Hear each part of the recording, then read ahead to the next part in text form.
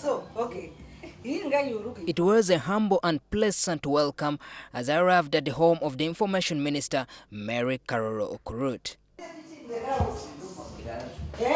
We got her in her kitchen together with her daughters doing the daily routines, especially when she's not in office working. This as a mother, but not as a minister or a legislator. She encourages you, she pushes you, and at the end of the day, you know. One character that you admire about her? She's patient and very, very generous, you know, with her time, with her resources, with everything. She's always there for us. Anyway, you need her anytime. Yeah. I then put the question to her about what time she wakes up and what she does before she gets to work. 3:30. So I do meditation for half an hour, and that meditation, it's as if you're in a deep sleep. Truly a devoted and religious family. It's from this point that she took me to her prayer room.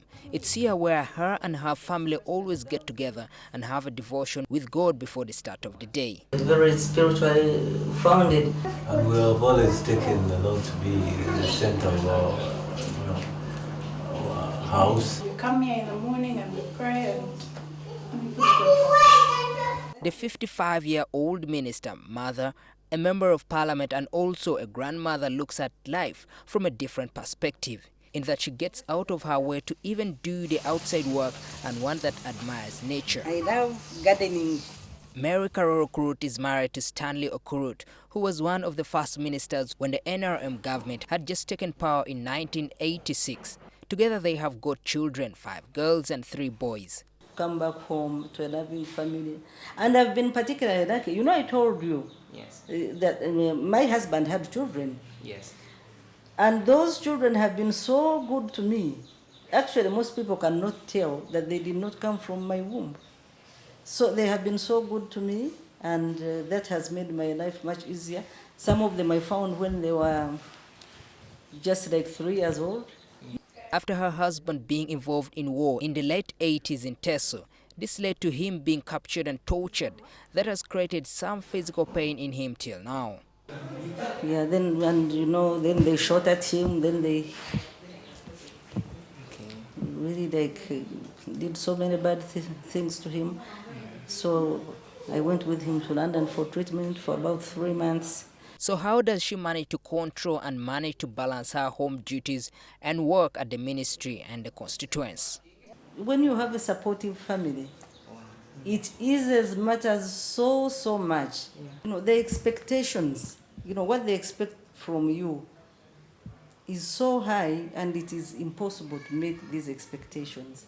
Being a minister, this doesn't render her from being exceptional of the unemployment market. Thus, her kids having the same fate. Not all of them have got jobs. And you know, they're always saying, Mommy, we know if you lift the phone, we'll get a job. Then I say, okay, I'm here with you. Let me call. And we see whether... So, but I try to keep them, meanwhile, as we job hunt. One of Karooro's passions is reading and writing. In fact, these are some of her books that she has written laid in her house. She's also best known for her contributions to Ugandan literature, both as a writer and as the founder of FemRight, an organization which has since received international attention and also to date produced 2 winners. So I knew that there were so many manuscripts lying out there, and so I said, let's start this FemRight. And you know, I called in a few women, and we sat together. And that's how it started, and it has done so well, FemRight, and I'm very, very happy with the ladies out there who have kept the fort. Kate, I don't know what we have. Back in her office, she's always answering phone call after phone call, perhaps a sign of hard work. Though she may have attended fairly good schools back in the 60s and 70s, this paved her way for being a writer. In fact, after completing university, she worked as a lecturer at Makerere University. She is also one of the founders of the Mass Communication Department. It's because we realized that there was a gap, and there was a problem. And I think this problem is still there. Like somebody goes to an FM station, and they have no training whatsoever in journalism or even and then they start calling themselves journalists without having the tools, without having the training. So we all realized, we said, no, we must really have people who are trained and well-versed in this field of journalism. After lecturing at the university, Karooro then joined politics, where she became the spokesperson of the NRM ruling party. So did being a minister come as a surprise? I always knew that at one time or another I would become a minister. People had confidence in me, and I knew that this government had confidence in me. So I knew it would come at one time or another. But I also knew somehow that people always looked at me as the Minister of Information. Believing in oneself and not having self-doubt is one of the attributes the minister attributes to achieving in life. If you doubt yourself, then everybody else will doubt you. So it is better to encourage them. Not even better, you encourage them, you say, go on, follow your dream, and it will become a reality.